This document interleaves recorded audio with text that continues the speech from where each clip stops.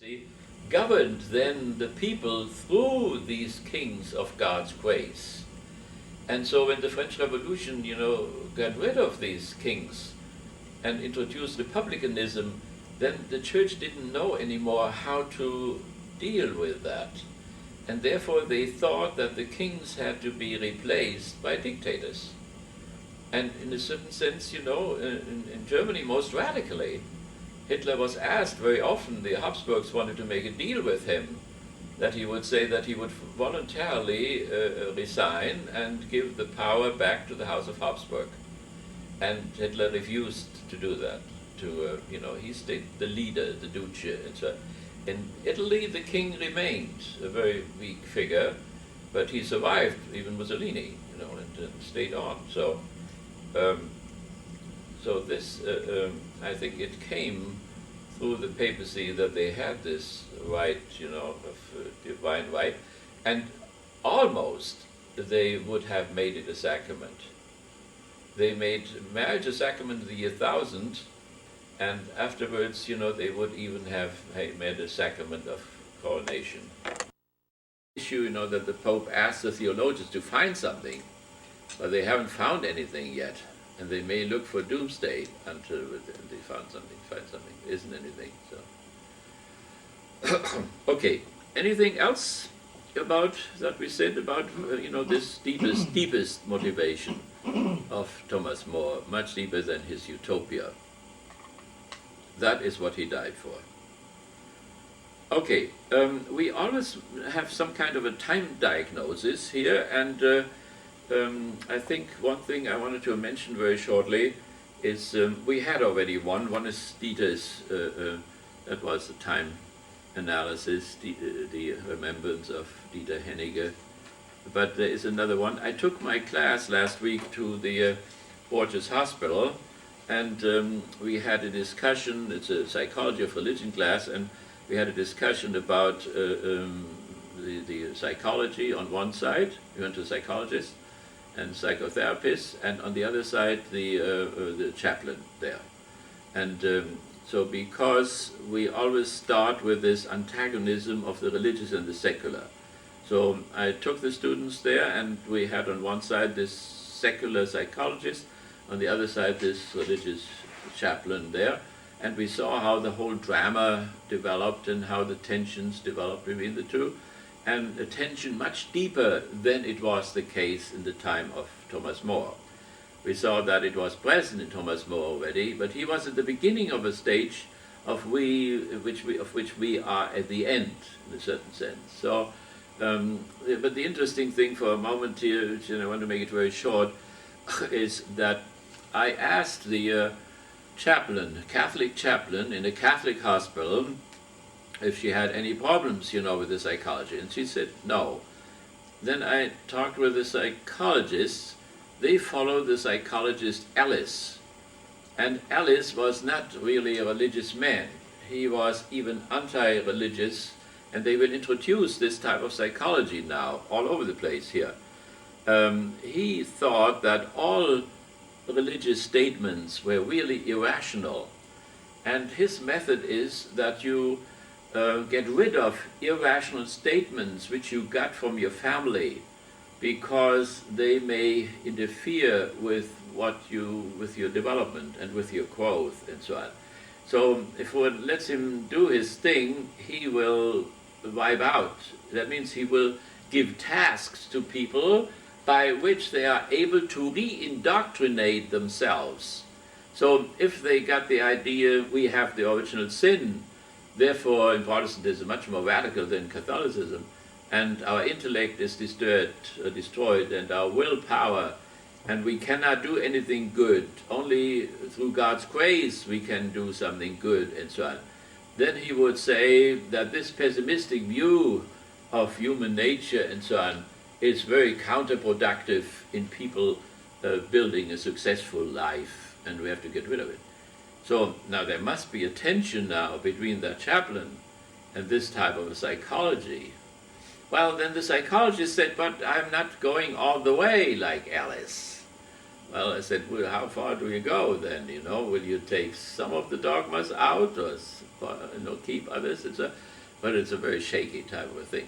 Now, then I asked the Catholic part, and I said, if you are so open, to the Hindu doctors in the hospital, and you say we all have the same God, and so I said, doesn't that do something to your Catholic identity? She said, no, my Catholic identity is okay. Later on, I found out that she had given up her Catholic identity, that she had become a Protestant. I don't know exactly which Protestant or whatever.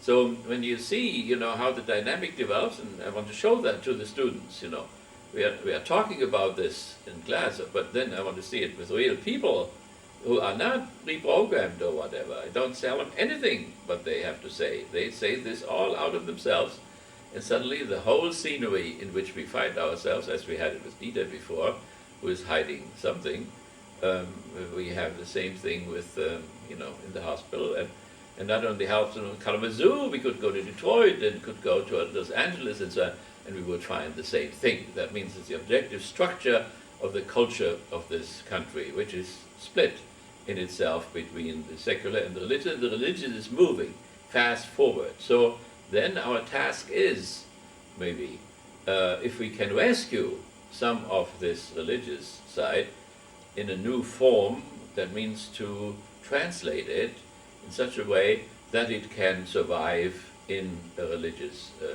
in a further secularization. Maybe Dieter Henniger, is already an example how religious things, without being explicitly explained in public, so that it doesn't belong to his public persona really, but that he preserves it, for instance, in his way, how he gave himself to this community and to his students and to his faculty and so on. So his son asked him once if he was a genius, and he said, no, I'm a very ordinary man, but I have all kinds of geniuses working for me. So he said, and then I prepare things so that these geniuses can really work well. And so in a certain sense, I doubt if he ever saw a genius, but nevertheless, in a certain sense, he had the right act there. So it is, he does not say, I'm a Christian or whatever, but it shows in the way of his almost total giving and loving, in a certain sense, to the community and so on. That may be one way how religion, in a further secularization process, may very well survive. It may be the only way how it can survive. That means whatever cannot be translated into this enlightenment or de-demonization or demythologization process will not survive at all. So because it will not go on like this with this balancing act, with this psychologist sitting over there and this religious person over there. They already have no priests. It's a Catholic college who would like to have a Catholic chaplain, but there is no priest available. They have no priests any longer. In Europe it's even worse. So then they take already a layperson to do that, a woman, and then she changes her identity, and then they cannot find anybody anymore for her. So it shows, that this cannot go on, while at the same time the secularization process goes on step by step by step. It's unstoppable. So, and the next step is then, and that is farther away where Thomas stood, or so, that goes beyond us, that the whole society will become secular, particularly by the horrible abuse of religion in the last 8 years or whatever. This will be such a shock that it will give the upper hand to all those who want to get all out of the Constitution in terms of secularization. That means they will ask, no exemption, tax exemption for religious organizations and so on, whatever steps the ACLU or whatever can take, they will take step by step. So, and then we have to prepare, that people, humanistic people, cooperate with each other, and some of them still have religious motivations and others have not. But it will not be in the open what motivates them. Only they may know what motivates them, as we do not know anymore if Dieter was really a Catholic or not. The indicators there, it would be very unusual to give a Protestant the last rites, or the priest who did that must have known where Dieter came from, and he would not have done it if he was a Protestant, I think. So, but that we are sitting here and don't know after he was with us for 20 or 30 years or whatever shows already how secularized we have become. Okay, like if you see Obama, for instance, Obama was a non-believer for most of his life. He only became a believer when he suddenly saw what? The churches in Chicago working in the slums and doing wonderful things in the slums. That made him a believer. But he does not put that very much into the foreground. Whatever he has become now is continually translated into policies which may very well be motivated by his conversion, but they will always have to appear secular. So it can go on, that religious people want to bring some of their beliefs or norms into the public, but they will have to go through Congress or whatever. They have to transform it into a bill. They will have to find a majority, and then they will maybe get through what they think is good and right. But when it is through, it's good and right, it will appear as an enforceable law, and it all will be forgotten wherever it comes from. So this is what it will look like. America will become more and more secular. There is nothing which can possibly stop that. The question is only, if one can retain something of that. And I think there is willingness in many, many people to say we must find a way, to speak differently about religion, or to make it visible. It must be translate in a new way. There is the consciousness that something is missing. For instance, in funerals or so, you can notice that for instance, recently a famous Swiss intellectual was buried in Switzerland. And he made arrangements before he died, was a totally secular man, but he asked that his coffin could stand for a few minutes in the cathedral. And then they should, the girlfriend, he was not married, girlfriend should read a letter which he wrote, and then they should take him out and throw the ashes into the wind and have a big celebration. But why does he still need that moment of his coffin standing in that church? Because there is an embarrassment. The totally secular existence is embarrassed by the lack of a meaningful conclusion to life. There seems to be no secular ending, really. Like when you go to Chicago, you have these buildings there were the first signs of what is called postmodernity or deconstructionism. You'll see they didn't know how to end these miserable skyscrapers. And so they put something idiotic on top of each of them. Once is an Athenian temple, or then there's something else. Just look once when you go to Chicago River, take a little boat, and then look up there and you'll see that they found no ending. They did not want just to stop, in the 80th floor or whatever. Some kind of a conclusion, Or Bertolt Brecht couldn't find a conclusion to his dramas, to his plays. Sometimes there are 50 different conclusions, which means not one of them really fit. So that is the modern situation, and so therefore there is the feeling that something is missing. Metz would talk about the missing and at the same time missed God. So one does not know exactly how that will develop, but as the secularization process goes on, some of religion will survive, but in a very different form from the way we know it. So that is just, as a future thing, as terms of future number 1, 2, and 3 is concerned, which we talk about. Okay, so we had, we talked about this Borges experience. I have one more there, Hans Küng, who is also a humanist in the Erasmian tradition and in the Thomas More tradition. Hans Küng wrote an article in which he compared Benedict with President Bush and expresses his longing for an Obama-like Pope.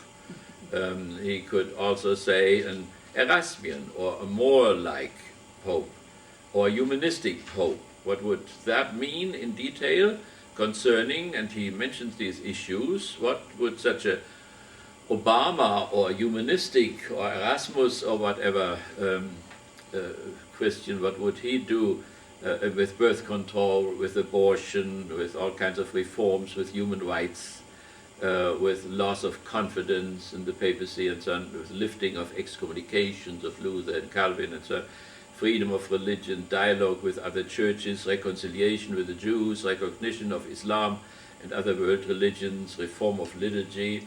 Vatican II, for instance, there's no division of powers in the Vatican. The Pope is the executive, he is the legislative, he is the all three powers are combined in him. So he could much easier than Obama could get any reforms through, but there's absolutely nothing. So all this is very much inspired. There is the issue there of marriage of priests, of course. There's the issue of women ordination. There's the issue of Eucharistic community, that we can go to the Last Supper in different churches, which is forbidden now.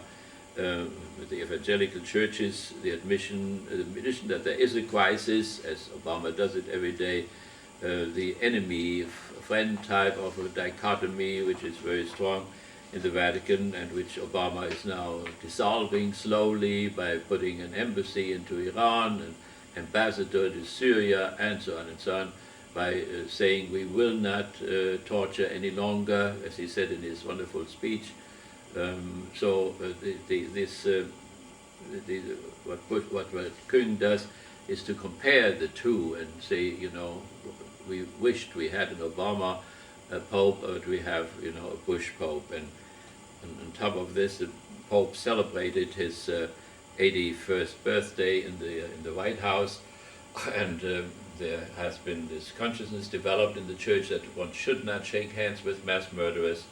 And there the Pope goes there and shakes hands with somebody who has killed 1 million people in Iraq and so on. So all this has led to an unbelievable deepening of the crisis and a loss of confidence. But compare this always, you know, there will be Catholics who will hold on to the papacy and will remain Catholic in that sense because of Matthew 16:18. Okay, so these are all, you know, problems which an Obama Pope would try to solve, to resolve the enemy-friend type of a scheme, and evangelical communities not considered as churches. The Pope has still again said that they are not real churches, which is of course unbelievably painful. So when we had this celebration there for Dieter, you know, there were Baptists there and so on. They are not supposed to be churches. There's only one church, the Roman Catholic Church, and the others are all denominations or sects or cults. And there's no real dialogue with the Muslims. There's lip service for the dialogue with Muslims, but not a real dialogue, which is a completely different thing. There's a deeply disturbed relationship now with Judaism, and the Pope will go to Jerusalem soon. So anxieties, limitations of freedom, and then a whole era of restoration, of restrictive interpretations of Vatican Council backward toward Vatican II, instead of forward toward Jerusalem II instead. It's rather backward interpretation toward the year 1870, the first council of the Vatican Council. So so Bush would be on the right, and Benedict is on the right, and Obama and Küng are on the left, and Metz and so on. And where did Thomas More stand? So that you know, this whole right-wing, left-wing thing, is that still valid for us? And that would be the next point. But before I do this next point, is there anything which you would like to comment to that, what we just discussed, and that is the contemporary issues or time diagnosis and also time prognosis, namely where things are going from here? because we want to look, as far as that's possible, also into the future. Rudy, where did Kung produce this article? I have it here. I can give it to you. Unfortunately, it is German. Deutsch? Yes, right. But I want to give it to you so that you see this beautiful document face to face.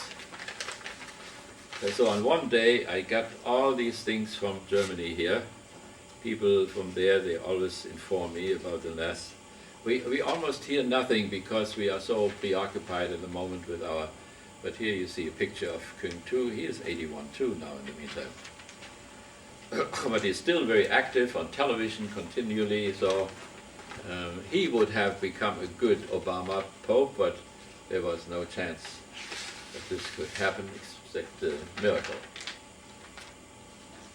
Do you know how his latest book has been accepted? What is the latest The book? one on Islam, the real massive volume that he wrote? Oh yeah, from 2004 that Yeah. came out, yeah.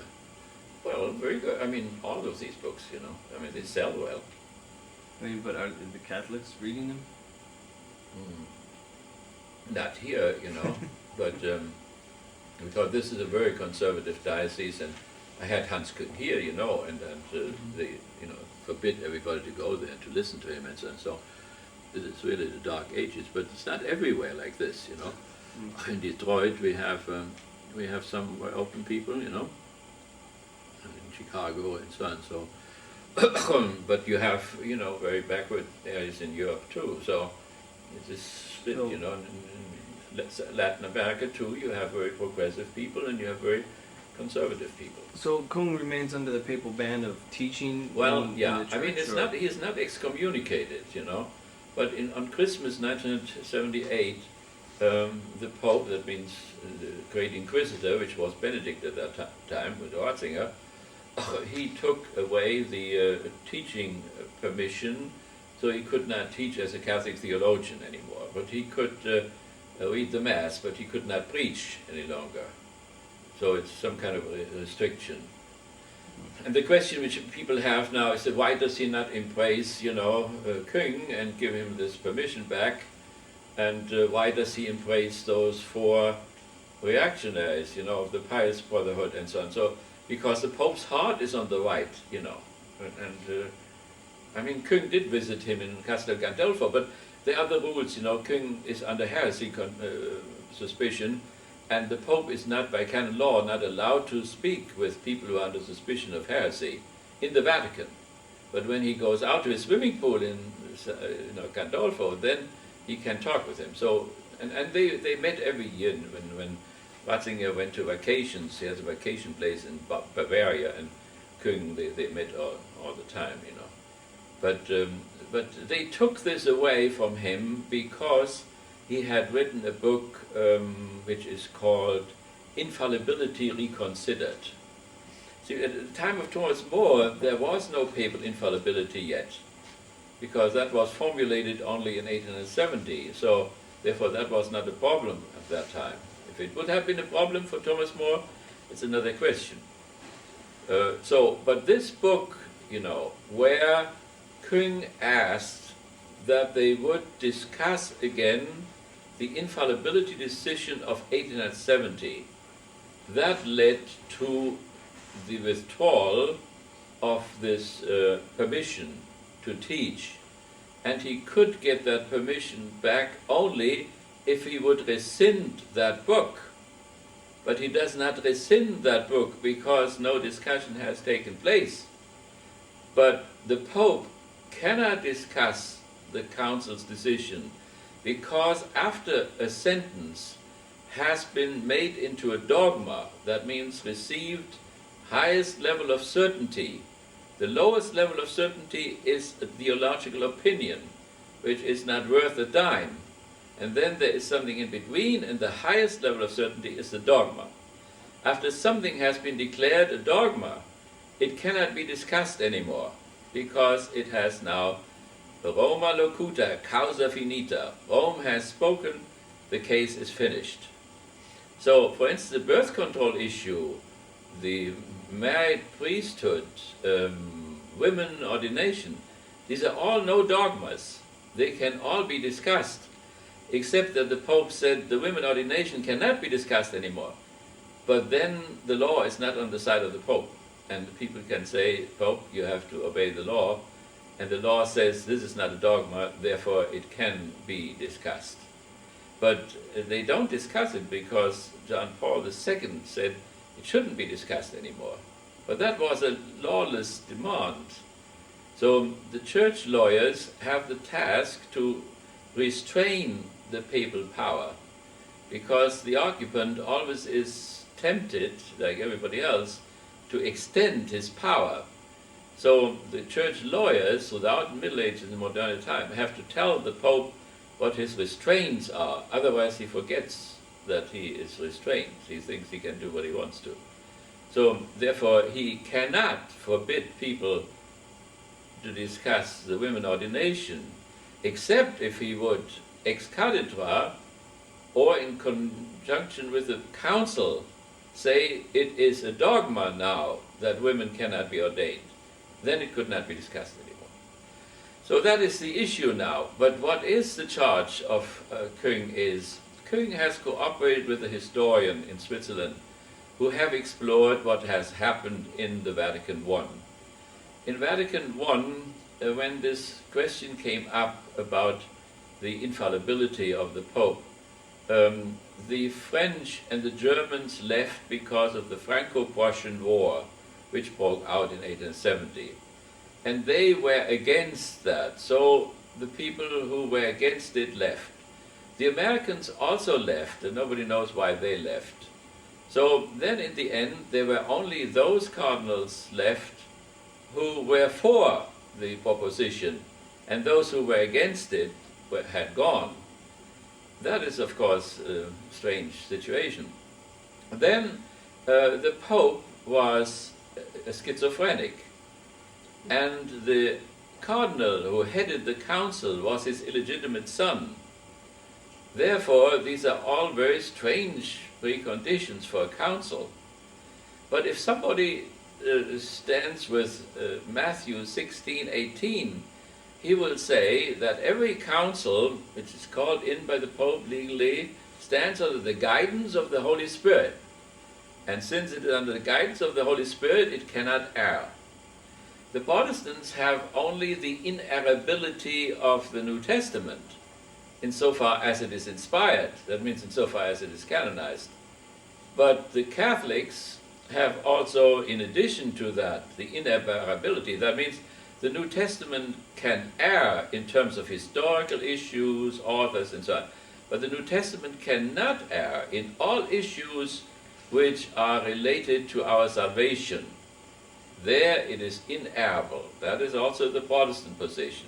But in addition to that, Roman Catholicism has the bishops and the councils, and they are guided by the Holy Spirit. So when something comes out, no matter how frail or weak or sinful or idiotic or sick the participants may have been, the guidance of the Holy Spirit counts and it is valid. So that means one cannot go back behind the decision of Vatican I. Hans Küng would like to have that revised, and that produces the suspicion of heresy. But if you look deeper into it, there are heresy charges in Mariology, in Christology, in ecclesiology, etc., which all would have to be considered before Rome could give him the permission back to teach as a theologian. I still have it, but they asked a few years ago what I was teaching about abortion. And I think I told you that story, that the bishop asked Father John here to inquire, to do a little inquisition, what I was teaching about abortion, and Father John didn't want to do it for a whole summer. And the bishop threatened him, and he would fire him, and then he did it, and he called me up and said, I'm so sorry, I have to ask you, what you are teaching about abortion. And of course, the church has no jurisdiction over the university. They have nothing to say at all, so I can teach whatever I want to. But I said, well, don't get upset. First of all, I think the Vatican Council said that we should talk with the world. So we have to talk with the world about abortion and see how, in a rational, argumentative type of a discourse, and the better reason should win. Now I said, in case the better reason is against abortion, then we have to, the first point was that I had 8 children, and therefore that I don't look like abortion personally. So therefore, personally, I think everybody is against abortion.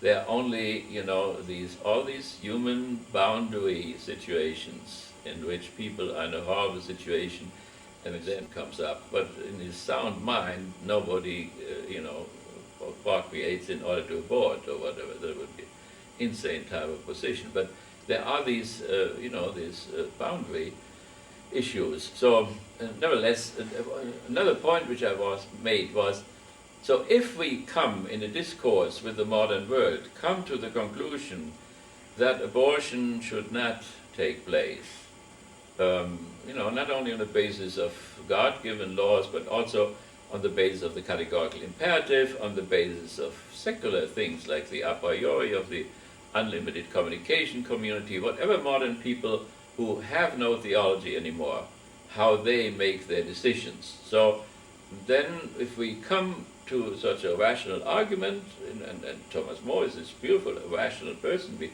saw it in the movie too, legal mind and so on. But if we come to that conclusion, that abortion should be avoided, then we cannot just push that into the throat of people now. We have to see that we make it possible for them to act well. Now, in the capitalistic system, now in this horrible social order based on capitalism, there are a lot of people in Kalamazoo who cannot even pay $250 for an abortion, not to speak $4,000 for a birth. So therefore I said we have to do something about this. It makes no sense to impose this result of our discourse on little people if they have no chance whatsoever to follow this. And then the bishop saw the point, and he established a foundation which would do this following thing. They would say to the women who have aborted in Kalamazoo that they should go to confession and they will be forgiven. They don't want to repeat it again. And then those who want to carry their babies to the end and to give birth to the children, then the church would pay for the birth. And so this foundation does still exist. I asked priests recently, it does still exist. But the bishop found out after a few years that there were so many cases that he could not possibly get the money together for all of this. As a matter of fact, he could not even get enough money together in order to deal with the illegitimate cases in Hackett High School alone, his own high school. And the bishop became mentally ill. He had to break down, and he had to ask Rome for permission to retire, and he retired. And we're still good friends. So you see, the very tragic cases in a certain sense, that Rome makes certain impositions from above and from below are people with very concrete life situations, and it doesn't fit the two sides, and it tears bishops to pieces sometimes. I've experienced that in Canada with bishops and here as well. So therefore, what Han Kung says is, we have to find a solution to all of this, and then the Obama Pope could maybe bring us. It means an Erasmian Pope, it means a Thomas More Pope could do that. But this one, this type of a Pope, the other side of it, this right-wing type of popes are not flexible enough that they could find ways out of this. Or when they find them, it's too late. After Humanae Vitae came out, the church suddenly remembered that Thomas of Aquinas 800 years earlier developed something like the erroneous conscience. That means Thomas of Aquinas taught that a Catholic had to follow his conscience, and that on Judgment Day he would be judged according to his conscience, not according to the teaching of the church.